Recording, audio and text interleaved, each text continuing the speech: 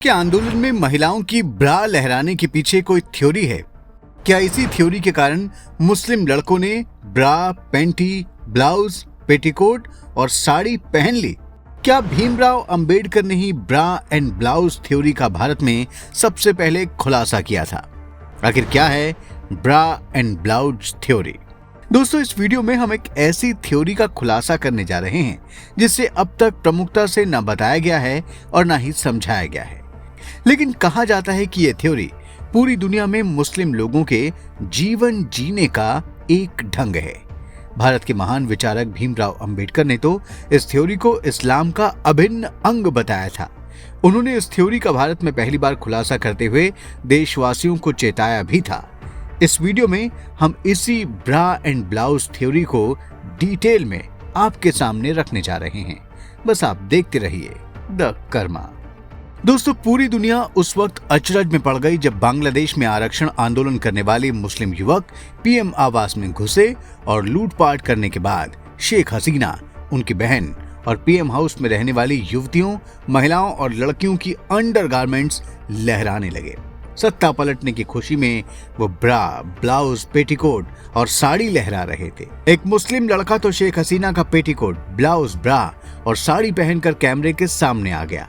कहा तो ये भी जा रहा है कि साड़ी पहने इस लड़के ने अंदर शेख हसीना की पैंटी भी पहन रखी है। बांग्लादेश से छन छन कर तो ऐसी खबरें आ रही हैं कि जिन्हें आप सुनकर अपना सर पकड़ लेंगे।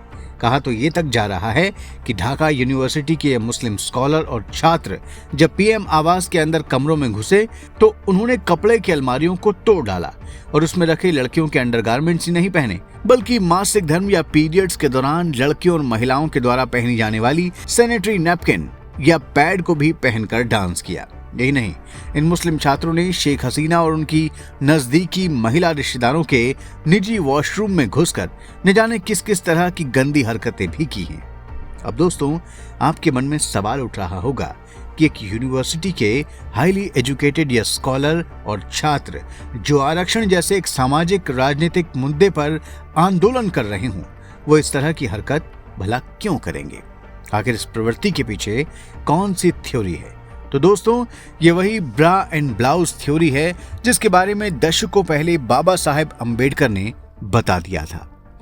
दोस्तों, बाबा साहेब अंबेडकर ने मुस्लिम धर्म में बुर्का, हिजाब और पर्दा प्रथा का विश्लेषण करते हुए इसी ब्रा एंड ब्लाउज थ्योरी को उजागर किया था। दोस्तों, बाबा साहेब अंबेडकर मुस्लिम समुदाय में महिलाओं की पर्दा प्रथा के सख्त विरोधी थे। उन्होंने अपनी किताब doctor Baba Saheb Ambedkar writings and speeches के वॉल्यूम 8 में इस कुप्रथा का विरोध करते हुए मुस्लिम महिलाओं की इस पीड़ा को व्यक्त किया है।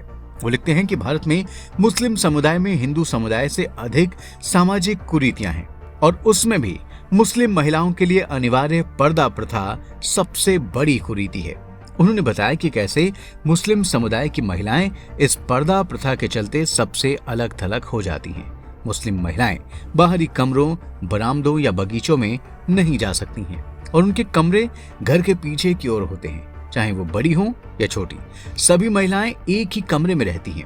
महिलाओं के रहते कोई पुरुष नौकर भी अपना कार्य नहीं कर सकता है।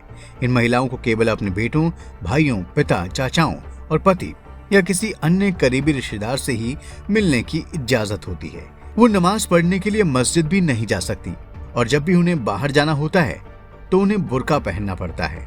वो लिखते हैं कि सड़कों पर बुर्के में घूमती ये महिलाएं भारत में देखे जा सकने वाले सबसे भयानक दृश्यों में से एक हैं।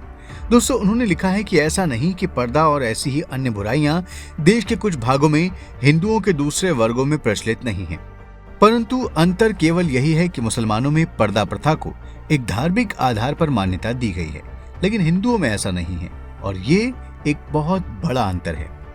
दोस्तों, भीमराव अंबेडकर ने आगे कहा कि मुस्लिम महिलाओं में पर्दा प्रथा केवल मुस्लिम महिलाओं के लिए ही नहीं बल्कि मुस्लिम पुरुषों के लिए भी बेहद खतरनाक है।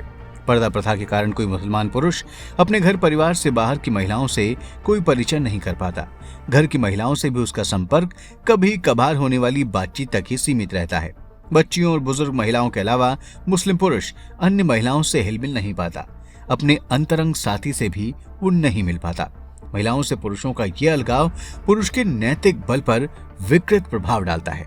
डॉक्टर अंबेडकर के अनुसार ये कहने के लिए कि किसी मनोवैज्ञानिक विश्लेषण की जरूरत नहीं है कि ऐसा सिस्टम जो पुरुषों और महिलाओं के बीच संपर्क को काट दे वो यौन कुंठा और यौनाचार की गंदी प्रवृत्ति को ही जन्म देगा। ऐसी सामाजिक स्थिति अप्राकृतिक यौनाचार और अन्य गंदी आदतों और साधनों को अपनाने के लिए भी प्रेरित करती है। दोस्तों, मुस्लिम धर्म से जुड़ी यही वो थ्योरी है जिसे बाबा साहेब अम्बेडकर ने दशकों पहले हमें बता दिया था, जिसे आज हम बांग्लादेश में ब्रा और ब्लाउज थ्योरी के रूप में साक्षात देख रहे हैं।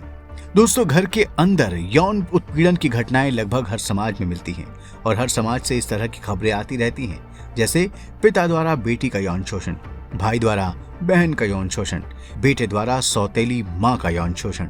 इसके अलावा चाचा, मामा, फूफा, चचेरे, ममेरे और न जाने कितने और क्या क्या। लेकिन कुछ सामाजिक और मनोवैज्ञानिक विशेषज्ञों का मानना है कि ब्रा एंड ब्लाउज थ्योरी की वजह से मुस्लिम समाज में ऐसी घटनाएं बहुत ज्यादा होती हैं, लेकिन महिलाओं पर अधिक नियंत्रण के कारण ये खबरें कभी कभार ही बाहर आ पाती हैं। इन विशेषज्ञों का मानना है कि महिलाओं पर अधिक नियंत्रण रखने वाला मुस्लिम समाज हो या स्वतंत्रता के नाम पर यौन उत्कृष्टता को परोसने वाली आज की तथाकथित वेस्टर्न सोसाइटी हो, ये दोनों ही समाज और व्यक्ति को विकृत करने वाले होते हैं। दोस्तों, ब्रा एंड ब्लाउज थ्योरी को लेकर आपके क्या विचार हैं? बांग्लादेश में जो हो रहा है उसे लेकर आप क्या सोचते हैं? कमेंट बॉक्स में जरूर बताइए। वीडियो को लाइक और शेयर कीजिए, चैनल को सब्सक्राइब कीजिए और हाँ, नोटिफिकेशन के लिए बेल आइकन दबाना बिल्कुल ना भूलें। धन्यवाद।